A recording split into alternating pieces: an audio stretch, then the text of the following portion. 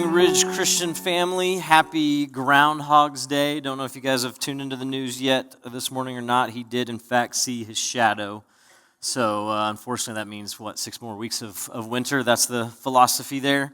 Saw a funny social media post yesterday that said, if a pastor wakes up and sees his shadow, you've got 6 more weeks of the series you're in. Thought that was a pretty good one. I think our Coweta campus actually shared that on their Instagram page this morning as well. So they found it humorous as well. Speaking of our series, we are in the Rest of Your Life series. We've been in this series since the start of 2025, and today is the last sermon on that series. And we feel like, if we're reading the room okay, we feel like it struck a chord with a lot of you, because in the early weeks of this series, we were getting a lot of positive feedback and some pretty cool comments on Facebook, and just hearing you guys talk, and not just like Greg did a great job on the sermons, although he has done a great job conveying these topics, but I think just how timely this series was. Because if you think back to like the end of the year, right? A lot of us were in the holiday season, the hustle and bustle of all that, going back to Thanksgiving, and then you've got Christmas, and then you've got New Year's, and it's just kind of a lot of go, go, go. And for some reason, the turn of the calendar year always kind of brings this new energy, new excitement. We've got phrases like new year, new me, but we always have a tendency to just kind of keep falling back in our same busy routines, right? Kind of our same busy ruts. And so what we've talked about these past handful of weeks is just this idea of rest. And before we go into what we're going to talk about today, I just want to spend a little bit of time here up front just kind of recapping where we've been. Because I think it's important to kind of see the whole scope and sequence of this series and how we've been challenged and the things that Greg has taught us. So the first week, we started out with this idea of pause. We focused on Matthew 11, 28 through 30, which says, "Come to me, all who are weary, and I will give you rest." Not a nap, not a good night's sleep, but he says rest. This was kind of like the main theme for this series. If you remember, the key illustration that morning was this idea of a yoke, and how farmers back in the day, before there were machines, would yoke animals together and usually attach them to a plow to pull across the field to do their work. But Greg pointed out something very interesting that morning about how farmers would typically put these two animals together. He said that they would avoid putting two mature animals together because two mature animals might actually like war and fight against each other and not do the work as well. So normally they would put one older with one younger. One older being more experienced, one younger who is maybe less experienced. The older is stronger. The younger would just kind of want to go, go, go. But the older would set a more sustainable pace. And this is Jesus saying, "Be yoked with me, and I will give you rest."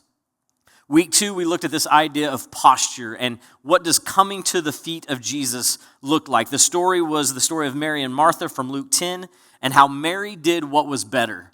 She simply sat at the feet of Jesus. Then 2 weeks ago, we talked about presence and how Jesus' presence in our lives should change things. We looked at the storm in Mark 4, how Jesus calms the storm. And really the challenge for us is, do we have our eyes focused on the storms in our life, or do we focus on the Savior?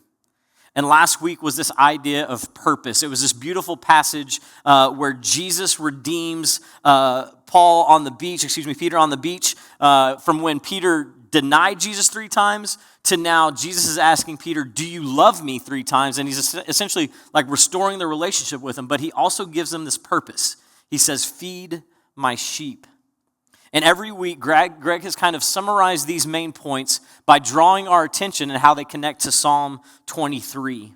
How God is our shepherd, how he leads us, how he protects us, and how he guides us.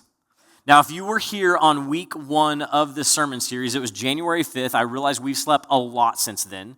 I was actually on this stage giving you guys like the welcome, like saying, "Hey, glad you're here, and here's where we're going to be, and here's the new series we're doing." And I referenced how this series has a double meaning, right? That the rest that Jesus gives, like if we come to his feet, we can have rest, but also the rest of our lives, as in the future. Like, how do we live this out? So that brings us to today's message. And no longer are we focused on the first part of the double meaning of rest and being at Jesus' feet. Today we're focused on the second part of the double meaning. How do we live this Christian life for the rest of our life. Today we're going to talk about pace, the pace of our Christian walk. And the pace in which we run this race matters because even the Bible authors talk about living the Christian life as a race or running. They use it as a metaphor. And although they're not talking about running as like physical exercise, they allude to it to teach us an illustration of how the Christian life is often filled with perseverance and discipline and a goal toward some kind of eternal reward.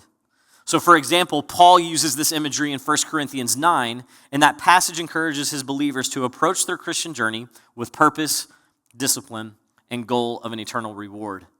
The author of Hebrews also uses the same metaphor. In Hebrews chapter 12, verses 1 and 2, it says this, "Therefore, since we are surrounded by such a great cloud of witnesses, let us throw off everything that hinders and the sin that so easily entangles, and let us run with perseverance the race marked out for us, fixing our eyes on Jesus, the author," or some translations say pioneer and perfecter of our faith. So see, this imagery underscores the need to overcome obstacles and stay focused on the ultimate example of faith, which is Jesus Christ. So the question I want us to ask ourselves this morning as we go any further is, what helps us run this race? What is the pace at which we are to run, which will also help us answer the question, how are we to run this race? So what helps us run this race? What helps us keep the pace? If you have your Bibles or if you have your apps or your YouVersion app, go ahead and open to John chapter 15. John chapter 15 is this beautiful passage that Jesus gives this imagery of some vines and some branches. You're probably familiar with it, and as I begin to read it, it's going to come to life for you. I'm going to be reading out of the ESV today. John 15, verses 1 through 17. It says, "I am the true vine, and my Father is the vine dresser. Every branch in me that does not bear fruit, he takes away, and every branch that does bear fruit, he prunes, that it may bear more fruit. Already you are clean because of the word I have spoken to you. Abide in me, and I in you. As the branch cannot bear fruit by itself unless it abides in the vine, neither can you unless you abide in me. I am the vine, you are the branches. Whoever abides in me and I in him, he it is that bears much fruit. For apart from me, you can do nothing. If anyone does not abide in me, he is thrown away like a branch and withers, and the branches are gathered and thrown into the fire and burned. If you abide in me and my words abide in you, ask whatever you wish, and it will be done for you. By this my Father is glorified, if you bear much fruit, and so prove to be my disciples. As the Father has loved me, so I have loved you. Abide in my love. If you keep my commandments, you will abide in my love, just as I have kept my Father's commandments and abide in his love. These things I have spoken to you, that my joy may be in you and that your joy may be full."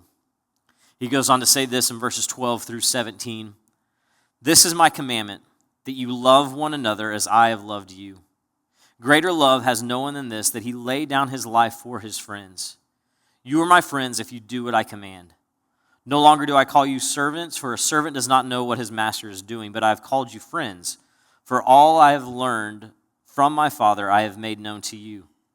You did not choose me, but I chose you and appointed you that you should go and bear fruit, and that your fruit should abide, so that whatever you ask in my Father's name, he may give it to you. These things I command you, so that you will love one another." Hopefully you caught it.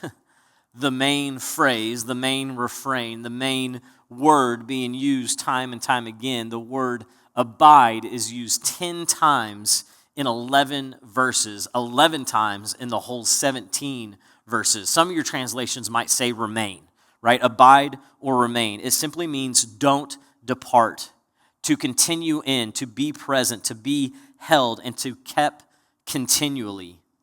So while this verse doesn't address the pace as in like the speed and how quickly we are to run the race, it does address the duration, as in helps us understand a sustainable pace to run the race. And this helps us understand how we are to run the race, and how we are to run the race is by abiding in him. The pace is to remain. The pace is to abide. When you abide in something, you're typically doing it for the long haul.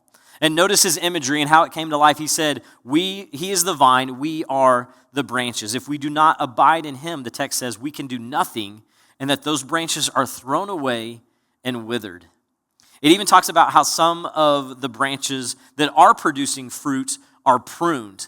I think most of us know the imagery of what pruning is, but pruning is just simply an agricultural term that is selective removal of certain plant parts, such as branches, leaves, buds, blooms, those kinds of things. And when we think of pruning that happens in our lives, or if we're doing our own self-evaluation, we often go to like negative things, right? Like, what is the sin in my life that I need to prune? What are the negative things that are bringing me down that I need to trim back or cut back? But that's not necessarily always the case. Like, pruning can also entail like good things in our lives. Like it said, those that are bearing fruit are pruned. So like, what is it in our life that sometimes is good that we still need to get rid of so that something better can grow or something healthier can grow? We tell our students that all the time. Like, sometimes it's not the sin in our lives that's bringing us down. Sometimes it's the morally neutral things, right? That it's not necessarily good or bad, but it's just getting in the way of you growing in your faith in Jesus. And if we're honest with ourselves, many of us have our own pace, especially an American lifestyle Christian type of pace that we usually like to live in. It's a fast pace, right? It's a go, go, go kind of pace. We want God to keep up with us. We want him to follow our pace. But if we're honest, that's probably not healthy, and that's not how good things typically grow. I want us to use the example of apples this morning. Most of you can go to a grocery store and buy a bag of apples or a singular apple if you so choose, but we all know that that's not where the apple comes from, right? The apple comes from a seed, and seeds take time. Seeds work at a different pace.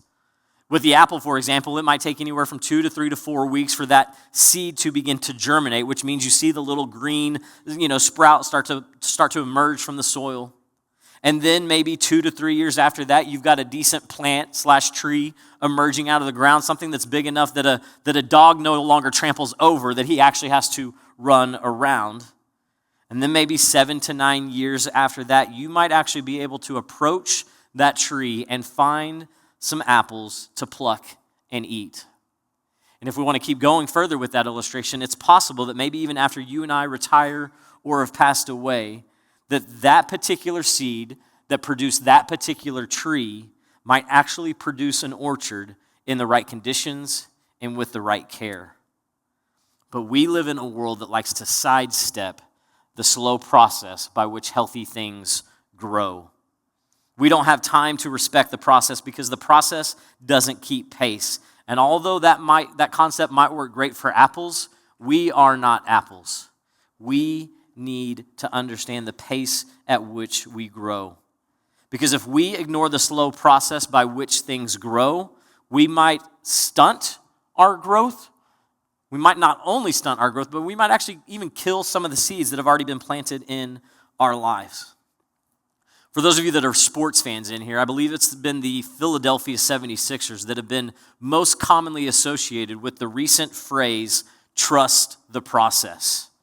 Trust the process basically means things might look bad now, but we have a plan in place to make it better.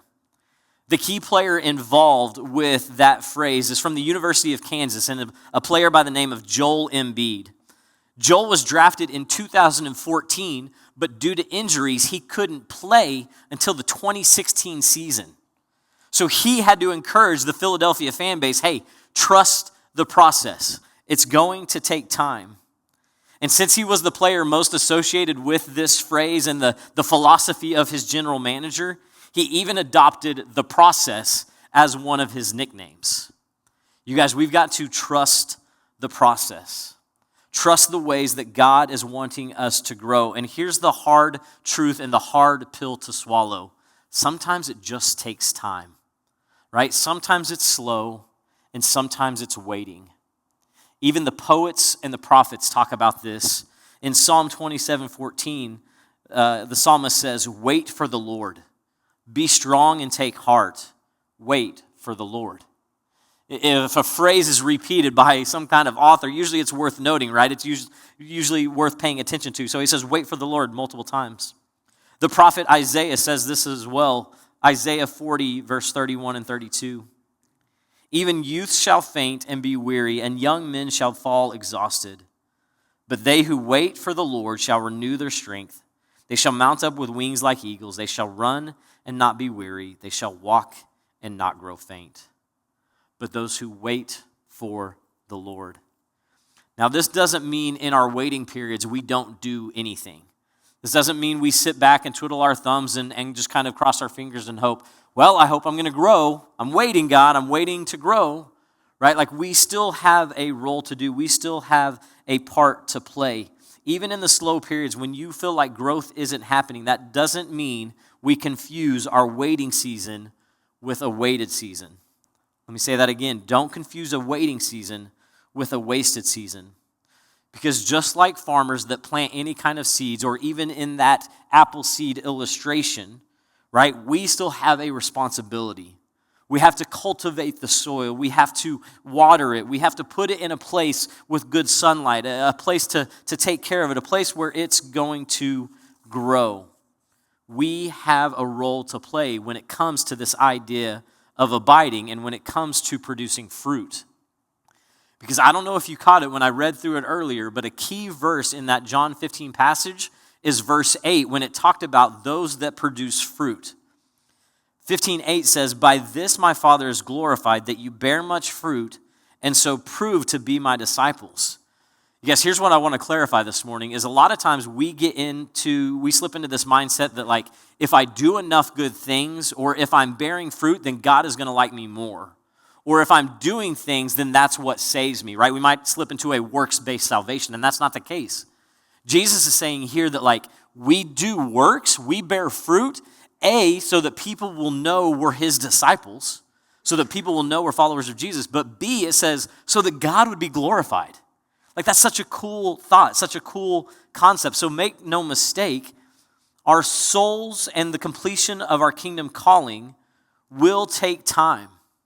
God desires for us to be worshipers of him and lovers of people. The greatest commandment is love God, love others, right? And so he desires to see us be all these different illustrations that the Bible talks about, to be ambassadors of Christ, to be partners in ministry and reconciliation with him, to have beautiful feet that carry the good news of Jesus Christ to others. So it's not going to happen overnight. It's not going to happen in a week or two. It will take time. Pace is the process God is using to prepare us.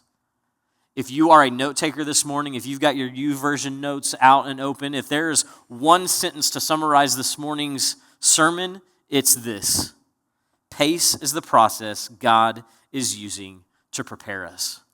Because over our time and all the Christianese language we might want to use and concepts and virtues that God wants us to adhere to, think of how long it takes us to begin to live these things out, right? That the idea that grace has a pace, the idea that forgiveness has a pace, mercy, compassion, hope, these things have a pace and they simply take time. It's not something that we can accelerate or just happens overnight. And similar to taking time, we also have to acknowledge that things just move slow. And that's okay. We need to acknowledge and recognize that it's okay that abiding with him and remaining with him take time.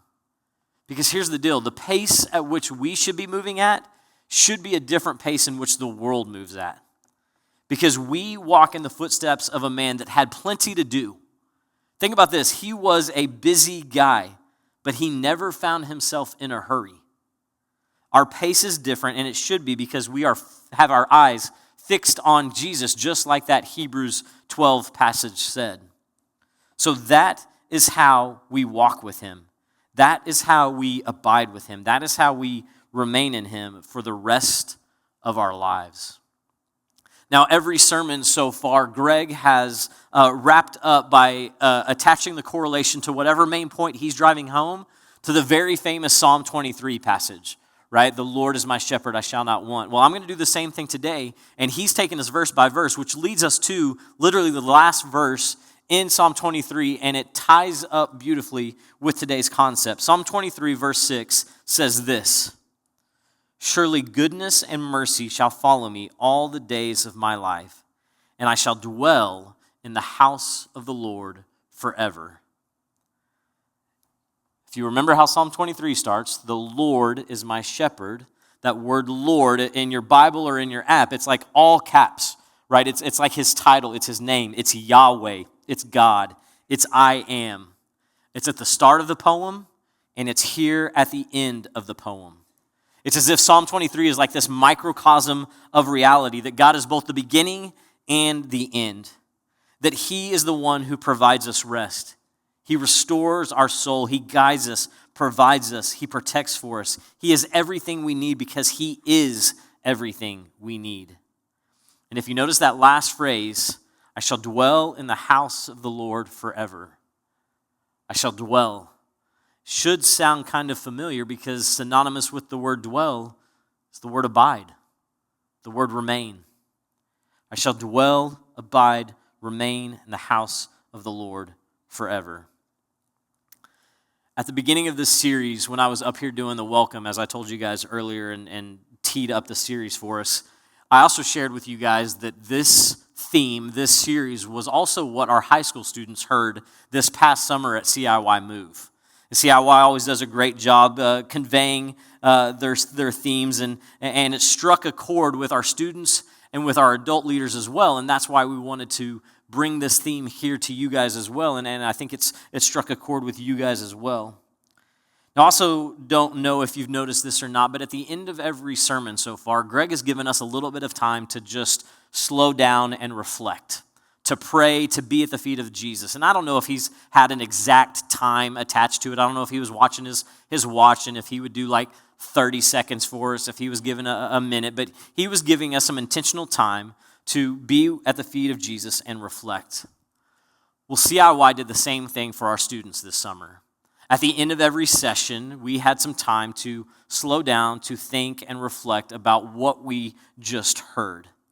They made these really cool videos that had Michael DeFazio in them. Many of you might recognize that name. He's a professor at Ozark Christian College, grew up here at East Tulsa back in the day, and I think he's like the dean of their seminary program right now, right? So he would make these videos that recapped the theme for that day, and at the end of every video, he had this little 60-second hourglass timer, just like this one setting up here, and he would flip it over, and at the end of the video, it would just be quiet.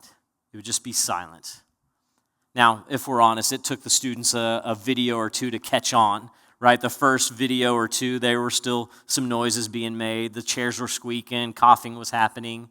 But by videos 3, 4, and 5, the students were locked in. In an auditorium full of 1,000+ students, you could hear a pin drop and reflect on what they just heard. And this morning, I want us to do the same. I'm going to play one of the videos that CIY made, and it wasn't just the closing video for like today's theme of pace. It was the closing video for the whole week. And so this video has all the elements that you've heard over the past handful of weeks. It has from the yoke in Matthew 11 to the pace of life for the rest of our lives. And at the end of this video, Michael's going to get out a 60-second timer just like this, and he's going to flip it over. And the music's going to fade away, and it's just going to be quiet in here. And I'll admit, it'll feel a little awkward. It'll feel a little bit weird, but I want you to lean into it, and I want us to be intentional with this time, that when he flips over that 60-second timer, that we would just do what we've been doing this whole series, that we would just reflect on God, that we would pause and reflect on who he is, that we would think about our posture coming before him of being at the feet of Jesus, that we would think about how his presence gives us purpose, and that how we can remain or abide in him, and that our pace in life is for the rest of your life. After this video ends, the band will get back up and lead us in one more song, and I'll come back up here and close us out. So I just ask that during this video, you acknowledge some of the things that DeFazio is talking and teaching about, but also lean into that last 60 seconds and reflect on what God is doing in your life. Let's be intentional with this time now.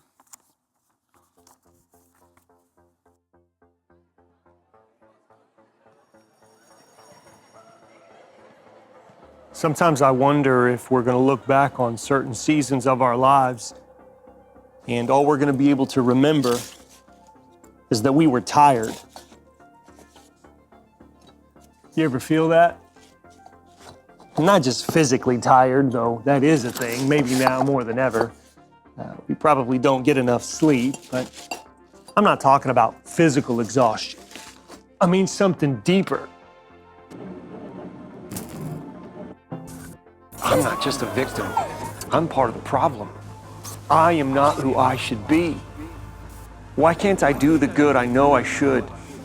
Why can't I resist the temptations I know are making things worse? Why do I care more about impressing people than pleasing God?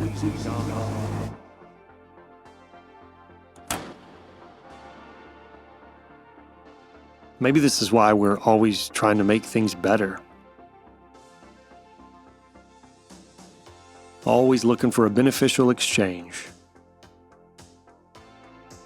What can I trade for something superior to what I have? I'll trade money for a phone, or shoes, or a car. I'll get a job and trade my time and energy for more money. All the while, the goal remains the same: trade up. There will always be something better for you to go get. And there will always be a hole in your core that all the getting won't fill. Come to me, all you who are weary and burdened, and I will give you rest.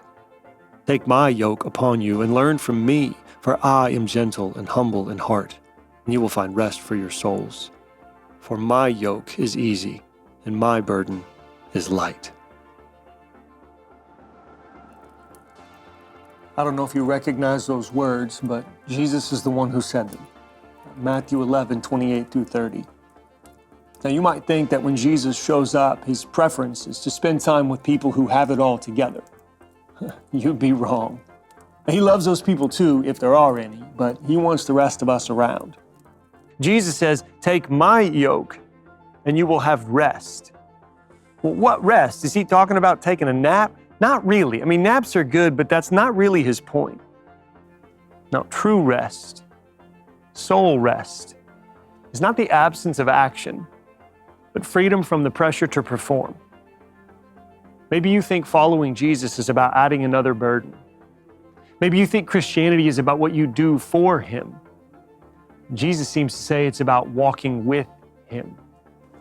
He is calling you to take his yoke upon you and learn from him. You won't stay the same, but his yoke is, in its own way, easy, and his burden light.